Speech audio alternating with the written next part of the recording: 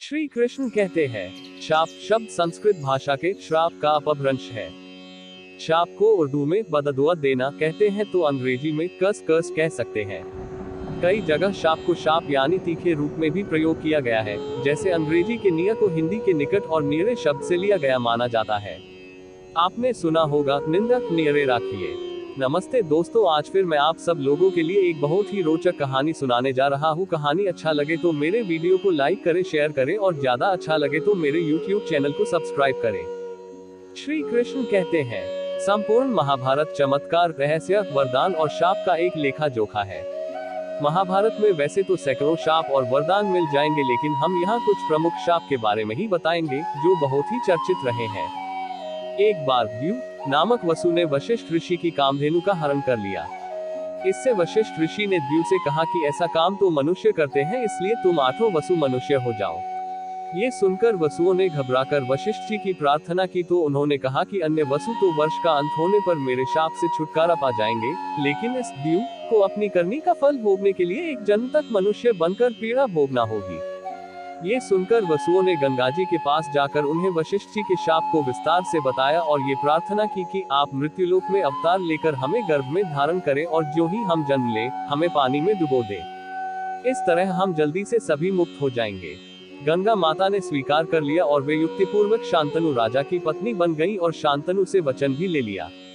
शांतनु से गंगा के गर्भ में पहले जो 7 पुत्र पैदा हुए थे उन्हें उत्पन्न होते ही गंगा जी ने पानी में डुबो दिया, जिससे 7 वसु तो मुक्त हो गए, लेकिन 8वें में शांतनु ने गंगा को रोककर इसका कारण जानना चाहा। गंगा जी ने राजा की बात मानकर वसुओं को वशिष्ठ के शाप का सब हाल कह सुनाया। राजा ने उस 8वें पुत्र को डुबोने नहीं दिया और इस वचनभंगता के कारण गंगा 8वें पुत्र को सौंपकर अंतर्ध्यान हो गई। यही बालक द्यू नामक वसु था। यही बालक आगे चलकर भीष्म कहलाया। अगले पन्ने पर दूसरा शाप, अंबा का शाप। सत्यवती के गर्भ से महाराज शांतनु को चित्रांगद और विचित्रवीर्य नाम के 2 पुत्र हुए।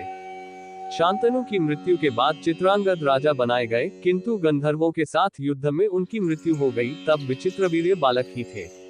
फिर भी भीष्म विचित्रवीर्य को सिंहासन पर बैठाकर खुद राजकार्य देखने लगे। विचित्रवीर्य के युवा होने पर भीष्म ने बलपूर्वक काशीराज की 3 पुत्रियों का हरण कर लिया और वे उसका विवाह विचित्रवीर्य से करना चाहते थे, क्योंकि भीष्म चाहते थे कि किसी भी तरह अपने पिता शांतनु का कुल बढ़े। हस्तिनापुर में रहने वाले ऋषि मुनि सभी पांडवों को राजा पांडु का पुत्र मानते थे, तो वे सभी मिलकर पांडवों को राजमहल छोड़कर आ गए। कुंती के कहने पर सभी ने पांडवों को पांडु का पुत्र मान लिया और उनका स्वागत किया। राजमहल में कुंती का सामना गांधारी से भी हुआ। कुंती वसुदेव जी की बहन और भगवान श्री कृष्ण की बुआ थी, तो गांधारी गंधार नरेश की पुत्री और राजा धृतराष्ट्र की पत्नी थी। अगले पन्ने पर चौथा शाप, कर्ण को मिला शाप। उस काल में द्रोणाचार्य, परशुराम और वेदव्यास को ही ब्रह्मास्त्र चलाना और किसी के द्वारा ब्रह्मास्त्र का प्रयोग किए जाने पर उसे असफल कर देना याद था। उन्होंने ये विद्या अपने कुछ खास शिष्यों को ही प्रदान की थी। उसमें भी किस तरह ब्रह्मास्त्र को असफल करना, ये कम ही शिष्यों को याद था। दिया तुम जैसे पुत्र को पाकर कुंती वास्तव में श्रेष्ठ पुत्र वाली है। उर्वशी का शाप तुम्हें वरदान रूप सिद्ध होगा। भूतल पर वनवास के 13वें वर्ष में तुम्हें अज्ञातवास करना पड़ेगा, उस समय ये सहायक होगा। उसके बाद तुम अपना पुरुषत्व फिर से प्राप्त कर लोगे। इस शाप के चलते अज्ञातवास के समय अर्जुन ने विराट के महल में नर्तक वेश में रहकर विराट की राजकुमारी को संगीत और नृत्य विद्या सिखाई थी। तत्पश्चात वे शाप मुक्त हो गए थे। अगले पन्ने पर छठा शाप, श्री कृष्ण वंश के नाश का शाप। धर्म के विरुद्ध आचरण करने के दुष्परिणाम स्वरूप अंत में दुर्योधन आदि मारे गए और कौरव वंश का विनाश हो गया। महाभारत युद्ध के पश्चात सांत्वना देने के उद्देश्य से भगवान श्री कृष्ण गांधारी के पास गए। गांधारी अपने 100 पुत्रों की मृत्यु के शोक में अत्यंत व्याकुल थी।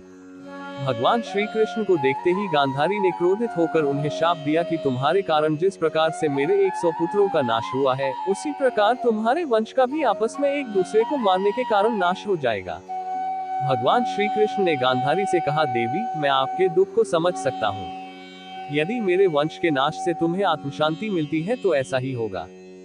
भगवान श्री कृष्ण ने माता गांधारी के उस शाप को पूर्ण करने के लिए अपने कुल के यादवों की मति फेर दी। इसका यह मतलब नहीं कि गांधारी ने यदुओं के वंश के नाश का शाप दिया था, उन्होंने तो सिर्फ कृष्ण वंश को शाप था। महाभारत का युद्ध समाप्त हो चुका था। कृष्ण द्वारिका में ही रहते थे। पांडव भी युधिष्ठिर को राज्य सौंपकर जंगल चले गए थे। एक दिन अहंकार के वश में आकर कुछ यदुवंशी बालकों ने दुर्वासा ऋषि का अपमान कर दिया। गांधारी के बाद इस पर दुर्वासा ऋषि ने भी शाप दे दिया कि तुम्हारे वंश का नाश हो जाए। उनके शाप के प्रभाव से कृष्ण के सभी यदुवंशी भयभीत हो गए। इस भय के चलते ही एक दिन कृष्ण की आज्ञा से वे सभी एक यदु पर्व पर सोमनाथ के पास स्थित प्रभास क्षेत्र में आ गए। पर्व के हर्ष में उन्होंने अति नशीली मदिरा पीली और मतवाले होकर एक दूसरे को मारने लगे।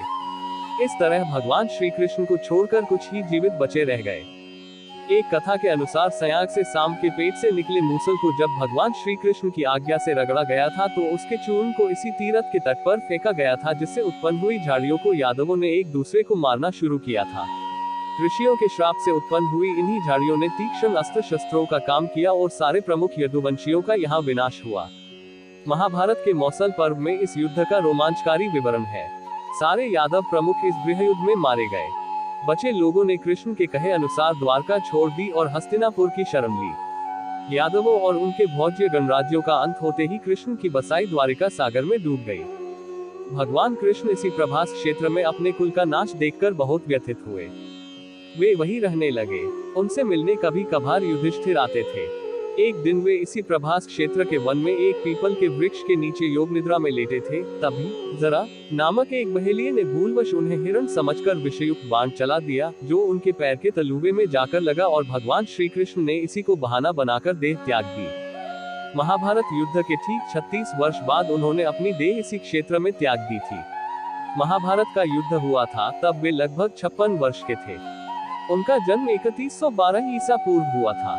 इस मान से 320 ईसा पूर्व उन्होंने 92 वर्ष की उम्र में देह त्याग दी थी। अंत में कृष्ण के प्रपौत्र वज्र अथवा वज्रनाभ द्वारिका के यदुवंश के अंतिम शासक थे, जो यदुओं की आपसी लड़ाई में जीवित बच गए थे। द्वारिका के समुद्र में डूबने पर अर्जुन द्वारिका गए और वज्र तथा शेष बची यादव महिलाओं को हस्तिनापुर ले गए। कृष्ण के प्रपौत्र वज्र को हस्तिनापुर में मथुरा का राजा घोषित किया। वज्रनाभ के नाम से ही मथुरा क्षेत्र को ब्रजमंडल कहा जाता है। अगले पन्ने पर 7वां शाप। अश्वत्थामा को श्री कृष्ण ने दिया शाप। महाभारत के युद्ध में अश्वत्थामा ने ब्रह्मास्त्र छोड़ दिया था, जिसके चलते लाखों लोग मारे गए थे। अश्वत्थामा के इस कृत्य से कृष्ण क्रोधित हो गए थे और उन्होंने अश्वत्थामा को शाप दिया था कि तू इतने वधों का पाप धोता हुआ 3000 वर्ष तक निर्जन स्थानों में भटकेगा। तेरे शरीर से सदैव रक्त की दुर्गंध निःसृत होती रहेगी। तू अनेक रोगों से पीड़ित रहेगा। व्यास ने श्री कृष्ण के वचनों का अनुमोदन किया। कहते हैं कि अश्वत्थामा इस शाप के बाद रेगिस्तानी इलाके में चला गया था और वहां रहने लगा था। कुछ लोग मानते हैं कि वह अरब चला गया था। उत्तर प्रदेश में प्रचलित मान्यता अनुसार अरब में उसने कृष्ण और पांडवों के धर्म को नष्ट करने की प्रतिज्ञा ली थी।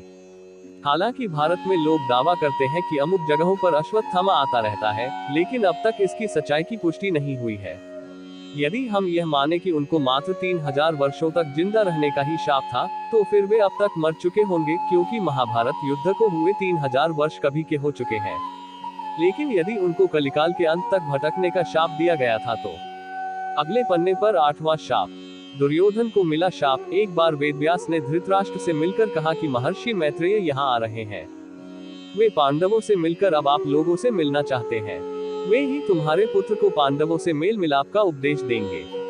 इस बात की सूचना मैं दे देता हूँ कि वे जो कुछ भी कहे बिना तर्क वितर्क के मान लेना। मैं ऐसा इसलिए कह रहा हूँ कि मैत्रेय की आज्ञा का उल्लंघन हुआ तो वे क्रोध में आकर शाप भी दे सकते हैं, इसलिए शांतिपूर्वक उनकी बातें सुन लेना। अमल करना या नहीं करना ये तुम्हारे ऊपर निर्भर है। इतना कहकर वेदव्यास जी चले गए। धृतराष्ट्र महर्षि मैत्रेय के आते ही अपने पुत्रों सहित उनकी सेवा व सत्कार करने लगे। विश्राम के बाद धृतराष्ट्र ने बड़ी विनय के साथ पूछा, भगवान आपकी यहाँ तक की यात्रा कैसी रही? पांचों पांडव कुशल पूर्वक तो है ना? तब मैत्रेय जी ने कहा कि राजन, तीर्थ यात्रा करते हुए वहाँ संयोगवश काम्यक वन में युधिष्ठिर से मेरी भेंट हो गई।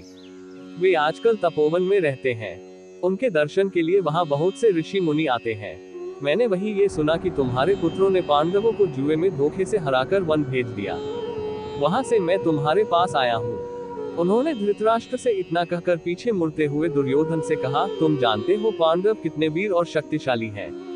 तुम्हें उनकी शक्ति का अंदाजा नहीं है, शायद इसलिए तुम ऐसी बात कर रहे हो, इसलिए तुम्हें उनके साथ मेल कर लेना चाहिए। मेरी बात मान लो। गुस्से में ऐसा अनर्थ मत करो। महर्षि मैत्रेय की बात सुनकर दुर्योधन को क्रोध आ गया और वह व्यंग्यपूर्ण मुस्कुराते हुए पैर से जमीन कुरेदने लगा और हद तो तब हो गई जब उसने अपनी जान पर हाथ से ताल ठोक दी। दुर्योधन की यह उद्दंडता देखकर महर्षि को क्रोध आया। तब उन्होंने दुर्योधन को शाप दिया, तू मेरा तिरस्कार करता है, मेरी बात शांतिपूर्वक सुन नहीं सकता। जा उद्दंडी, जिस जंघा पर तू ताल ठोक रहा है उस जंघा को भीम अपनी गदा से तोड़ देगा। बाद में कौरव और पांडवों का घोर युद्ध हुआ और भीम ने दुर्योधन की जंघा पर वार कर अंत में उसकी जंघा उखाड़ फेंकी। अगले पन्ने पर 9वां शाप। द्रौपदी ने घटोत्कच को शाप दिया। जब घटोत्कच पहली बार अपने पिता भीम के राज्य में आया तो अपनी मां हिडिंबा की आज्ञा के अनुसार उसने द्रौपदी को कोई सम्मान नहीं दिया। द्रौपदी को अपमान महसूस हुआ और उसे बहुत गुस्सा आया। वह उस पर चिल्लाई कि वह एक विशिष्ट स्त्री है, वह युधिष्ठिर की रानी है, वह ब्राह्मण राजा की पुत्री है तथा उसकी प्रतिष्ठा पांडवों से कहीं अधिक है। और उसने अपनी दुष्ट राक्षसी मां के कहने पर बड़ों, ऋषियों और राजाओं से भरी सभा में उसका अपमान किया है। जा दुष्ट, तेरा जीवन बहुत छोटा होगा तथा तू बिना किसी लड़ाई के मारा जाएगा। अगले पन्ने पर 10वां शाप। राजा परीक्षित को शाप। एक बार राजा परीक्षित आखेट हेतु वन में गए। वन्य पशुओं के पीछे दौड़ने के कारण वे प्यास से व्याकुल हो गए तथा जलाशय की खोज में इधर उधर घूमते घूमते वे शमीक ऋषि के आश्रम में पहुंच गए। वहां पर शमीक ऋषि नेत्र बंद किए हुए ब्रह्म ध्यान में लीन बैठे थे। राजा परीक्षित ने उनसे जल मांगा किंतु ध्यानमग्न होने के कारण शमीक ऋषि ने कुछ भी उत्तर नहीं दिया। सिर पर स्वर्ण मुकुट पर निवास करते हुए कलियुग के प्रभाव से राजा परीक्षित को प्रतीत हुआ कि यह ऋषि ध्यानस्थ होने का ढोंग कर मेरा अपमान कर रहा है। उन्हें ऋषि पर बहुत क्रोध आया। उन्होंने अपने अपमान का बदला लेने के उद्देश्य से पास ही पड़े हुए एक मृत सर्प को अपने धनुष की नोक से उठाकर ऋषि के गले में डाल दिया और अपने नगर वापस आ गए। शमीक ऋषि जब ध्यान साधना से जागृत हुए तो उन्होंने अपने गले में पड़े मृत सर्प को देखा। उन्हें ज्ञात ही नहीं हो पाया था कि उनके साथ राजा ने क्या किया है। उस दौरान शमीक ऋषि के पुत्र रिंगी ऋषि आ पहुंचे और जब उन्होंने जाना कि उनके पिता का राजा ने अपमान किया है तो वे बहुत क्रोधित हुए। उन्होंने सोचा कि यदि ये राजा जीवित रहेगा तो इसी प्रकार ऋषियों का अपमान करता रहेगा। इस प्रकार विचार करके उस ऋषि कुमार ने तुरंत ही कमंडल से अपनी अंजुली में जल लेकर तथा उसे मंत्रों से अभिमंत्रित करके राजा परीक्षित को यह शाप दे दिया कि जा तुझे आज से 7वें दिन तक्षक सर्प डसेगा। शमीक ऋषि कुछ समझ पाते इससे पहले तो रिंगी ऋषि ने शाप दे डाला।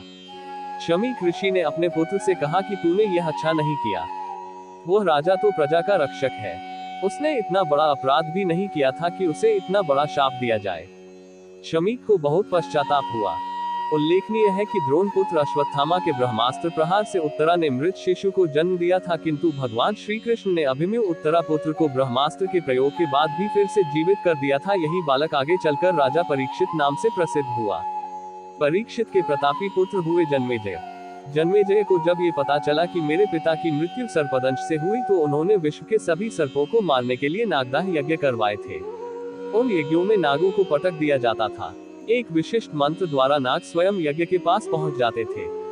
देश भर में नागदाह नामक स्थान मिल जाएंगे।